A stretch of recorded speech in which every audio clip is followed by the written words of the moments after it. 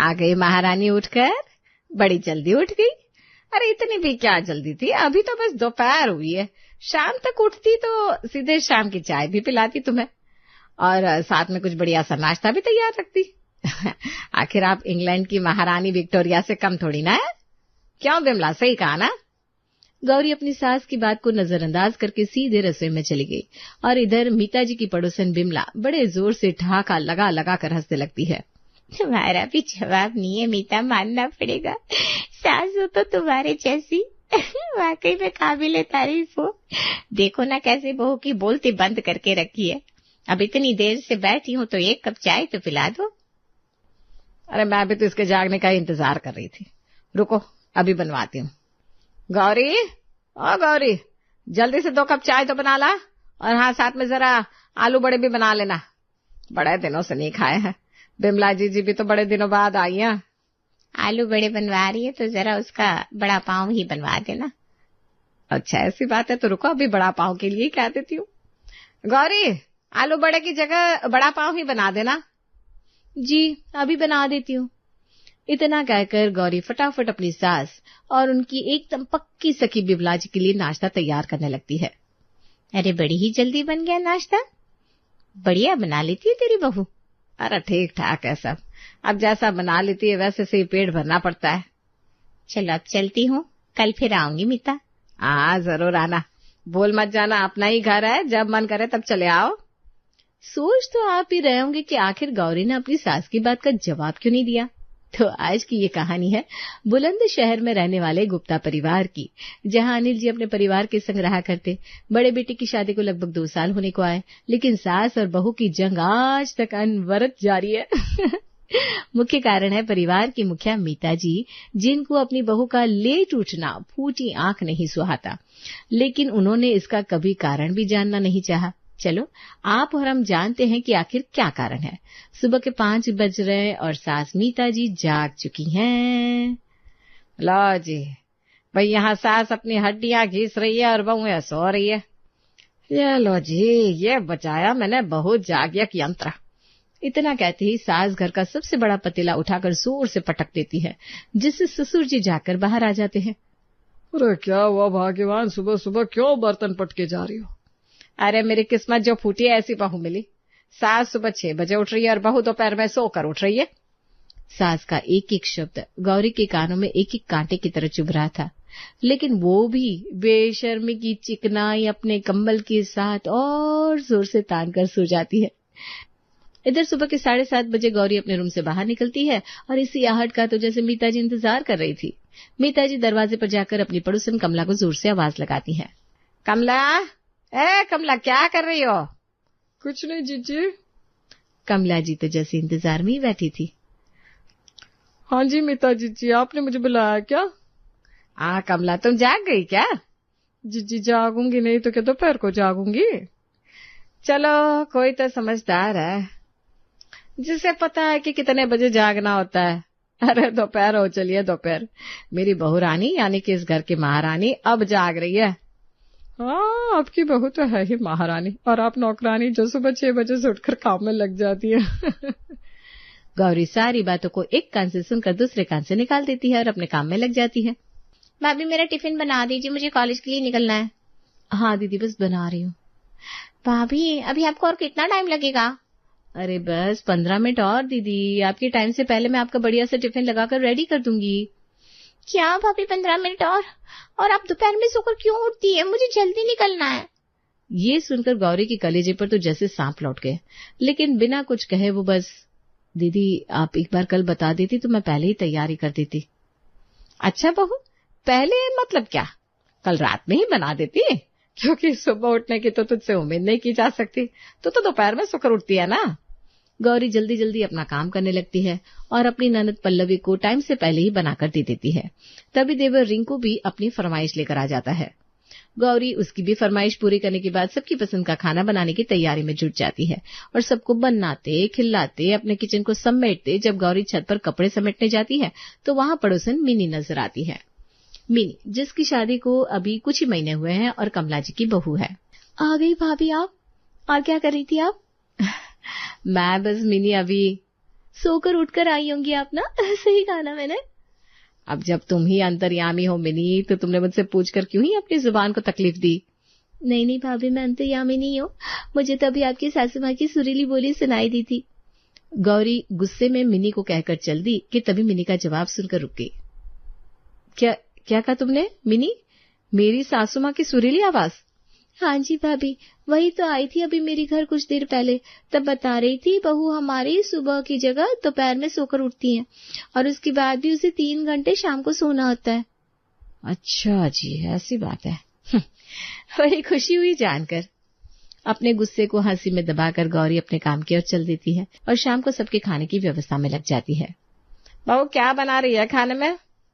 Mummy जी, मैंने बनाया है दही वाले लौकी के कोफ्ते, साथ में बढ़िया सी चना दाल का तड़का, और रिंकू भैया ने कहा था उनको सेव टमाटर की सब्जी खानी है तो उनके लिए वो भी बनाई है। नहीं भाभी, मैं ये सब नहीं खा सकती। आप मेरे लिए पुलाव बना दीजिए, बस मैं तो वही खाऊंगी। अब जब तू ननद के लिए पुलाव बना रही है तो मेरे लिए साथ में खीरे का रायता भी बना लेना। मैं तो बस वही हल्का फुल्का खा लूंगी, मुझसे ये ऊट पटांग चीजें नहीं खाई जाएगी। गौरी पहले से ही बहुत थकी हुई थी, लेकिन अपनी थकान को हाँ में छिपाते हुए चल देती है रसोई की ओर। जल्दी से गौरी पुलाव और रायता रेडी करती है, फिर घर के बाकी लोगों का इंतजार करने लगती है। गौरी सबसे पहले अपने पति आशीष को फोन घुमाती है। कितनी देर में आएंगे आप? गौरी, बस अब थोड़ी देर में आ रहा हूँ, ज्यादा से ज्यादा आधा घंटा। ठीक है। तभी सास मीता जी की आवाज सुनाई देती है। बहू, घड़ी पूरे 9 बजा रही है, तू मुझे बस दूध दे दे जिससे मैं आराम से सो जाऊं। ठीक है मम्मी जी। गौरी सासू माँ को दूध देती है। चलो भाई, अब ये भी पी लिया दूध, अब चले मैं आराम से सोने। अब बहू तुम्हारी तरह मैं तो दोपहर में सोकर उठती नहीं हूँ, अपने को तो 4 बजे उठना होता है ना। मीता जी की इस बात पर वहां पास बैठे पल्लवी और रिंकू भी जोर जोर से हंसने लगते हैं। गौरी उनकी हंसी को अनसुना करने की बहुत कोशिश करती है, लेकिन चाहकर भी इग्नोर नहीं कर पाती। तभी उसके फोन की घंटी बजती है। उठाकर देखती है तो फोन उसकी माँ ममता जी का था। माँ, क्या कर रही हो? बस बेटा बैठी थी, तू बता क्या कर रही है? कुछ नहीं माँ, मैं बस इन सब के आने का इंतजार कर रही हूँ। अरे, इनके आने का टाइम अभी तक ठीक नहीं हुआ? इतना सुनते ही गौरी की आंखों से झरझर आंसू की धार बहने लगी। गौरी, गौरी क्या हुआ बेटा? कुछ नहीं माँ। अरे माँ हूँ मैं तेरी, और तुझसे 9 महीने ज्यादा जानती हूँ तुझको। माँ, मुझे यहाँ नहीं रहना। ऐसा नहीं कहते बेटा, मैं तेरी माँ हूँ और तुझे कभी परेशान होते नहीं देखना चाहती, लेकिन जीवन में कई बार ऐसे मोड़ आते हैं कि हमें ना चाहते हुए भी वो सब करना पड़ता है जो हम कभी नहीं करना चाहते थे। मतलब मैं समझी नहीं माँ। मतलब मेरी भोली भाली गौरी कि हमेशा टेंशन लेना हमारा काम नहीं होता, कभी कभी टेंशन देना भी सीखो, जिससे कई बार मुसीबतें अपने आप से लग जाती है। अच्छा, लेकिन वो कैसे माँ? मैं जो कहती हूँ मेरी हर एक बात को ध्यान से सुनो। बोलो ना माँ। ममता जी गौरी को जीवन के सारे सूत्र सिखाती हैं और उसी पर अमल करने को कहती है। ठीक है माँ। गौरी फोन रखती है, घड़ी पर निगाह मारती है। अरे, ये लोग अभी तक नहीं आए। और क्या कहा था पतिदेव ने? बस अब भी आया, तब से 1.5 घंटा तो हो गया। वो दोबारा फोन लगाती है, तब तक उसके फोन की घंटी बज जाती है। गौरी बहू, हमें आने में 1 घंटा और लग जाएगा। वो आशीष अभी माल उतरवा रहा है, आज माल का ट्रक आया है ना, इसलिए हमें आते आते 12 तो बज ही जाएंगे। इसलिए अब खाना तो हम हल्का फुल्का ही खाएंगे, पोहा उपमा जैसा कुछ बना लेना बेटा। ये सुनकर तो गौरी को जैसे ठंड में पसीने आ गए, क्योंकि वो समझ चुकी थी आगे क्या होना है, लेकिन उसके पास जी पापा जी, ये कहने के अलावा और कोई चारा ही नहीं था। अब गौरी सारा खाना फ्रिज में उठाकर रखने लगती है और लग जाती है काम करने। अनिल जी और आशीष को घर आते आते रात का 1 बज जाता है और खाना खाते खिलाते रात के 2 बज जाते हैं, और फिर इधर बज जाते हैं सुबह के 4, और फिर से मिता जी सुबह से बर्तन पटकने लगती है बिना ये सोचे कि बहू रात में कितने बजे सोई है। हर रोज की तरह गौरी उठकर जल्दी से तैयार होकर रसोई की ओर चल देती है। तभी हर रोज की तरह मिता जी आवाज लगाती है, बहू, ये फ्रिज भरा हुआ रखा है, इतना खाना क्यों बनाती हो? जरा बचत का भी ख्याल रखा करो। हाँ भाभी, आप इतना खाना बनाती क्यों? वो मम्मी जी। अरे छोड़ो भाभी, कोई बात नहीं, लेकिन इस बात पर ध्यान देना चाहिए आपको। लेकिन इसमें मेरी कोई गलती नहीं है। अच्छा, जाने दो इन बातों को, अब जल्दी से कुछ तैयार कर दो जिससे हम लोग दुकान के लिए निकल सके। हाँ, आज दुकान पर फिर से बहुत काम है।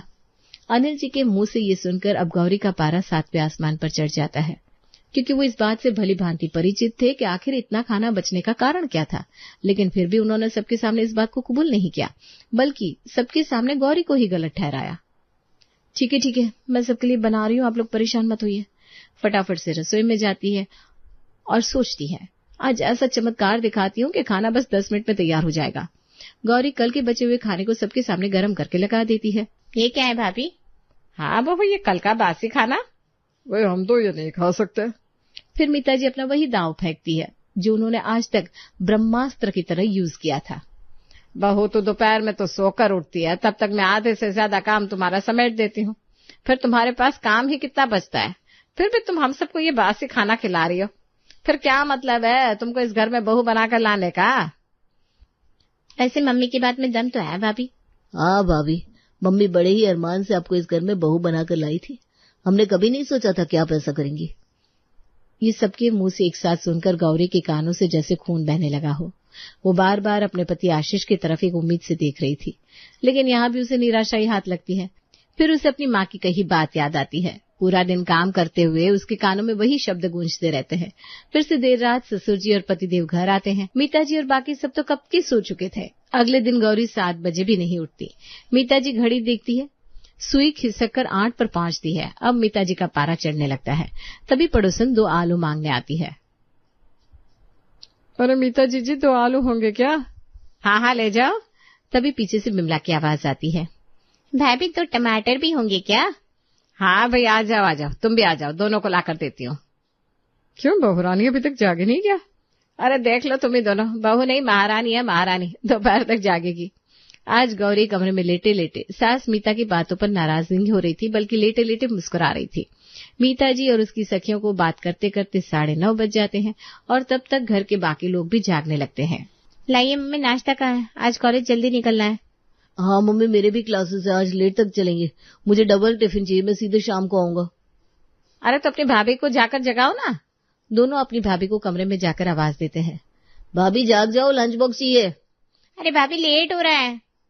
अरे गौरी जागी नहीं क्या अभी तक? देखो रिंकू और गौरी आवाज लगा रहे हैं। नहीं, आज तो मैं दोपहर तक ही जागूंगी। अरे क्या पागलपन है गौरी? ये पागलपन नहीं है, आज से इस घर में यही चलेगा। सब आते हैं, दरवाजा पीट पीट कर चले जाते हैं, लेकिन गौरी बाहर निकल कर नहीं आती। जब घड़ी 12 बजाती है तभी गौरी अपने कमरे से आज वाकई में एक महारानी की तरह तैयार होकर रौब से बाहर निकलती है। जाग गई गौरी? घड़ी देखो कितने बजा रही है।